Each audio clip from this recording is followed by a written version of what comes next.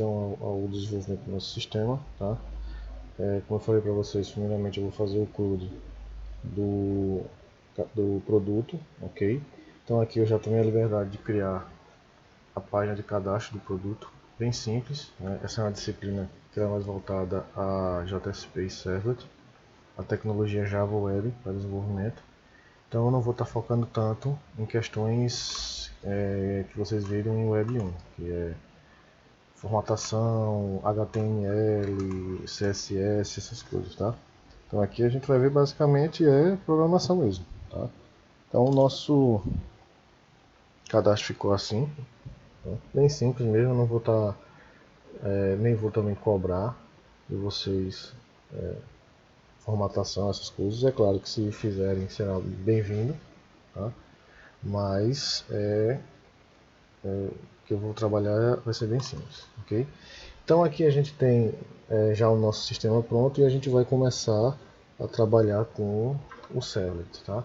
Então eu já vou mostrar direto para vocês o Servlet. Aqui está o nosso projeto NetBeans, né, como eu tinha mostrado para vocês na última aula. E como eu falei para vocês, o nosso projeto é dividido no MVC, tá? Usando o modelo MVC de desenvolvimento, ok? Então a vantagem de usar o MVC é que a gente consegue separar o nosso negócio, que fica na classe de modelo, da interação com o usuário, que é a parte de cadastro ou de divisão e controlador, ok? Então, dessa forma, se eu quiser fazer qualquer modificação ou portar o meu sistema para um novo ambiente, uma nova tecnologia, eu não preciso modificar o meu sistema todinho, eu só preciso portar o módulo e desenvolver a nova visão, ok?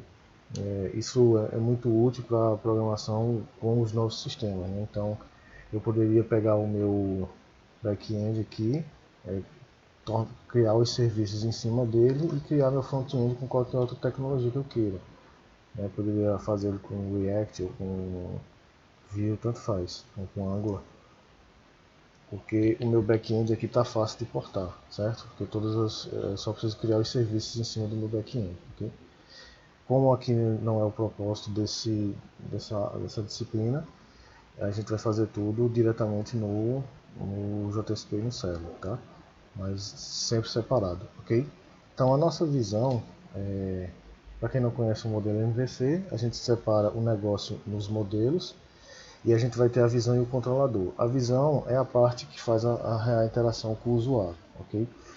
O controlador é quem faria a ligação entre o modelo e a visão, certo? Então, no controlador a gente vai ter lá criação de objetos, manipulação de objetos, leitura de objetos diretamente da base, do nosso módulo, e a comunicação com a view, ok?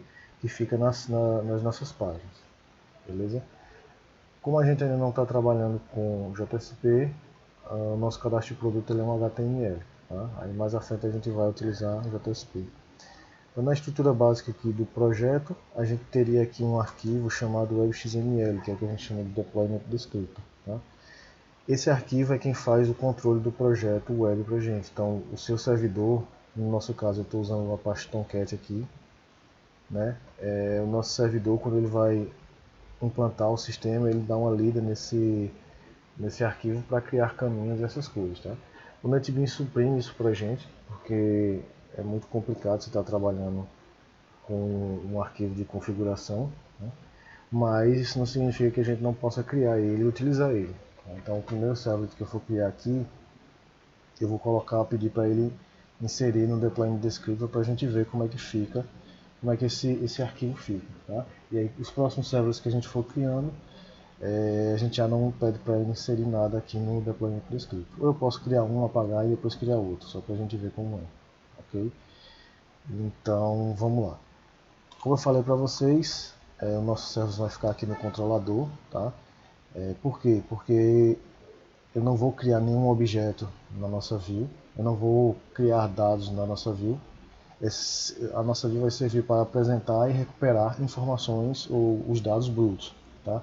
Então esses dados vão se transformar em objetos no nosso controlador. Então aqui quem faz a função de controlador é o próprio JS, o servlet, tá? Então esse servlet ele vai servir tanto para recuperar os dados e para armazená-los, criar os objetos, né, que vão ser, quanto para recuperar os objetos que vêm da nossa base, do nosso repositório, e criar as páginas que vão ser retornadas. Ok? Então, eu vou criar aqui um servlet. Para criar o servlet no NetBeans, tanto no NetBeans é a mesma coisa. Clica com o botão direito aqui. Eu vou criar um pacote aqui só para separar. Então vai ser controller.servlets. Tá? Não é muito necessário fazer isso, mas eu vou fazer. Então eu vou criar aqui. O servlet ele é uma classe Java normal, tá? Mas ele tem algumas particularidades que a gente vai ver. Okay? A gente pode vir aqui direto no servlet. Se não encontrar o servlet, vai lá em outros.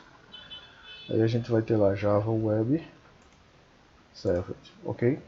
Então eu vou dar o próximo aqui. Eu vou dar o nosso nome servlet, eu vou chamar ele de produto servlet. Tá? Vou dar um próximo aqui. Aí ele está aprendendo aqui, ó. Você quer adicionar essas informações no descritor de implantação? Eu vou botar aqui sim, só para a gente ver como é que ele fica. Senão ele cria uma anotação que cria o caminho para o servlet, né? Porque o caminho do servlet ele é basicamente o nome do pacote até chegar ao objeto, certo? Ou à classe. Então esse deployment descript ele serve para esse tipo de configuração, principalmente para dizer para o servidor onde é que esse servlet pode ser encontrado, certo? Então eu vou adicionar aqui, vou apagar ele depois só para a gente ver como é que fica, tá? Então veja que ele criou o arquivo web.xml aqui, ó. Quando eu abrir, ele faz esse mapeamento aqui, ó, certo?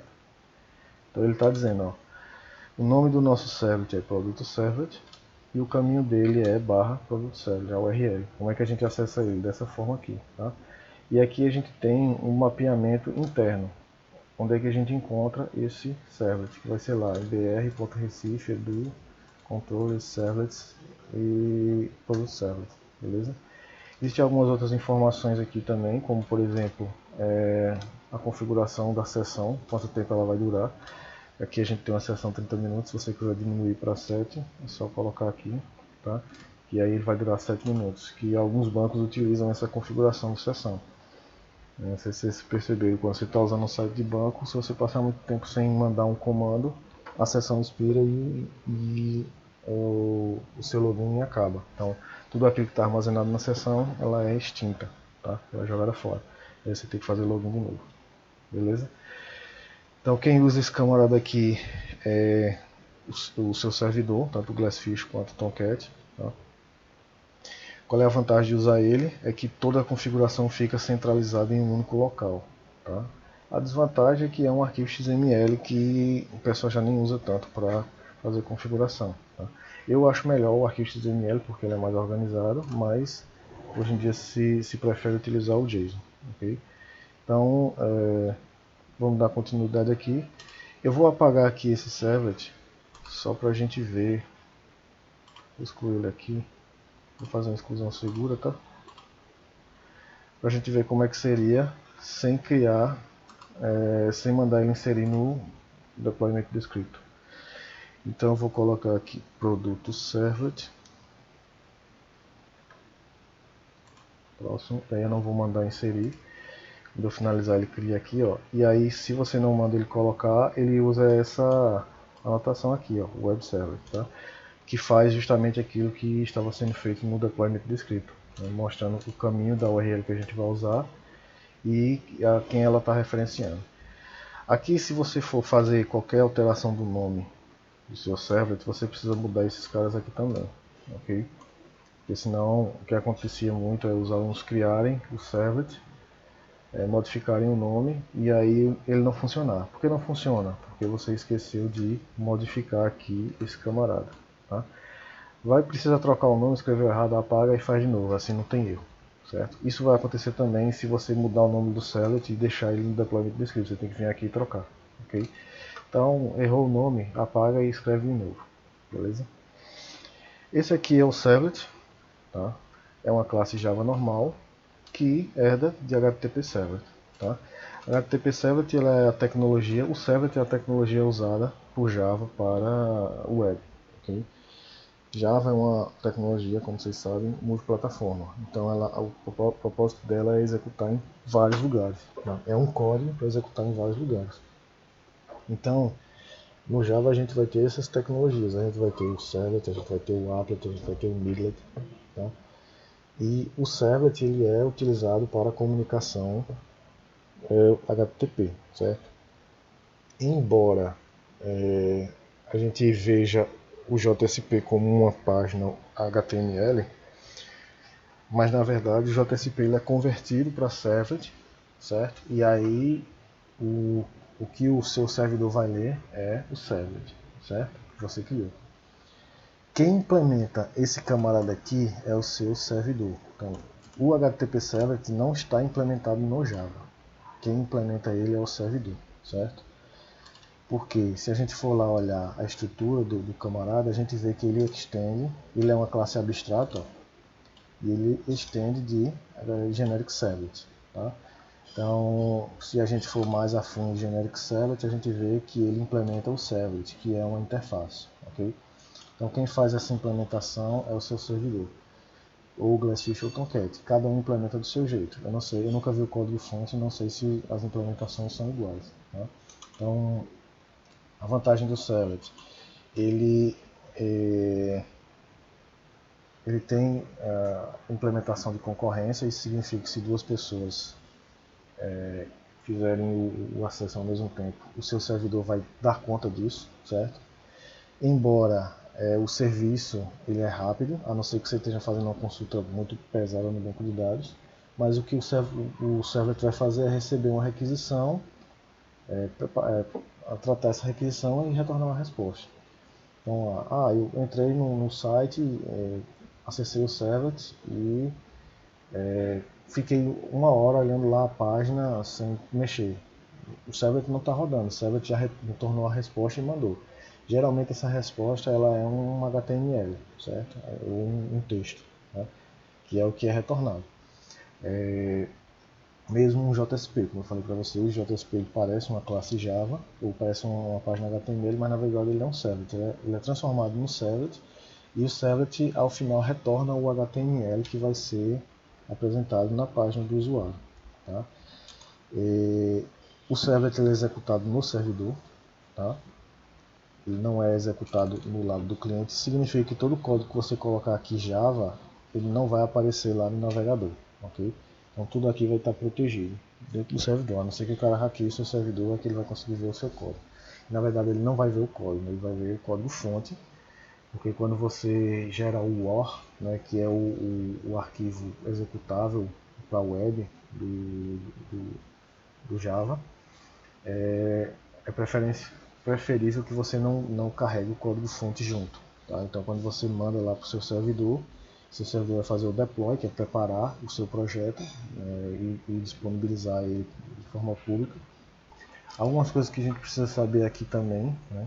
A pasta webinf ela é protegida, então se você criar qualquer arquivo aqui, você não vai ter acesso de fora. A pasta pública é a pasta páginas web. O metainf também ele é protegido, tá? Então quem é acessível de fora é esse camarada aqui, ó, é direto à página web. Então quando você for criar uma classe, crie aqui. Às vezes os alunos criam a classe aqui dentro, ou o HTML aqui dentro, e o que acontece é que quando eles vão testar não funciona. Dá lá erro 404, ou seja, o recurso não existe. Não existe porque você colocou ele dentro de uma pasta protegida, então tem que ser aqui fora. Então tomar cuidado com isso, tá? Então, o HTTP Servlet é a implementação do Servlet para HTTP, para o protocolo HTTP. Se vocês já pagaram rede, eu não sei se já pagaram, né? O HTTP ele é um protocolo de camada de aplicação, certo? Isso significa que ele é um protocolo basicamente cliente-servidor, ou seja, o servidor ele detém todo o conteúdo e o cliente faz requisições a esse conteúdo, tá? Tanto requisições pedindo quanto requisições enviando informações para que o servidor trate, ok?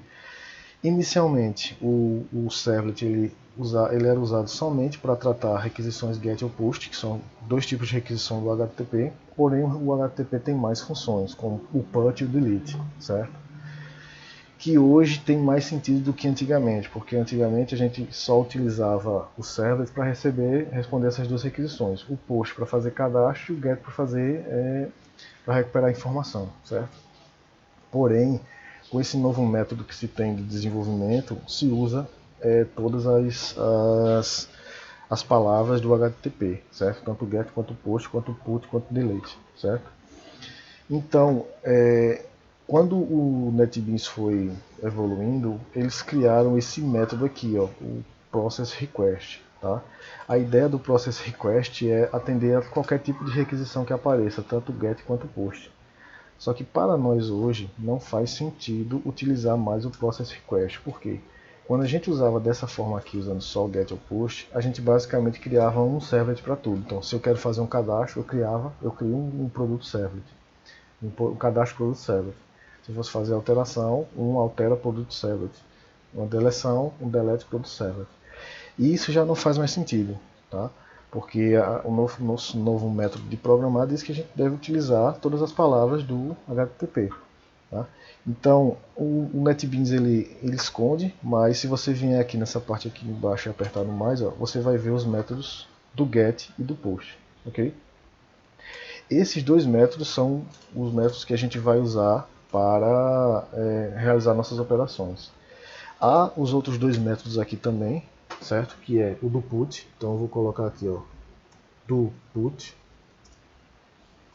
E aí ele vai montar o método para mim, e o do delete, certo? Então aqui, ó, do delete. Ok? Então eu vou deixar assim no nosso sistema e vou apagar o process request. Vocês estão vendo aqui, ó, a gente tem o método process request. E a gente tem aqui, ó, o método do get e do post chamando o process request. Tá?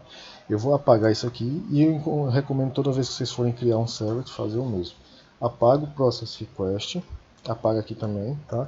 E usa diretamente do get, do post, do put e do delete. Certo? A gente vai ver com calma como usar cada um deles. Para que serve esses métodos? Como eu falei para vocês, esses métodos eles são utilizados para responder requisições HTTP. Quem é que faz essa requisição HTTP para a gente? O nosso formulário, por exemplo, ele é preparado para fazer essas requisições. Tá? Então, se a gente for lá no nosso código-fonte do formulário, a gente vai ver o seguinte. Ó, eu tenho aqui o formulário. Tá? Deixa eu ver se eu consigo aumentar aqui. Eu tenho aqui o formulário e eu tenho o método post. Ok? E aqui, ó, no action eu coloco o caminho do meu product servlet, que é esse caminho aqui, ó. Tá? Então, quando eu clicar no submeter aqui do formulário, as informações que estiverem aqui vão ser enviadas para esse camarada aqui, usando o método post, ok? Então, isso significa que se ele está mandando pelo método post, eu vou implementar esse recebimento dessas informações no método do post. Se eu tivesse aqui o get, eu implementaria no método do get, ok? Então, é algo assim a você analisar, certo? Toma cuidado para não implementar no do get e colocar aqui do post. É uma prática que a gente vai ter que começar a se acostumar, né, a separar todas as palavras para coisas específicas. O post, hoje em dia, a gente utiliza para cadastro. O get para recuperar informações. Tá? O do put para alterar e o do delete para deletar. Inicialmente, o que a gente vai fazer é usar somente o do get e do post. Depois a gente vai ter que usar JavaScript para poder acessar esses camaradas aqui. Mas a gente vai fazer isso com calma. Okay? Então, inicialmente, a gente vai utilizar esses dois camaradas, tá? O do post e o do get. Inicializar primeiro com o do post para fazer o cadastro do produto. Okay?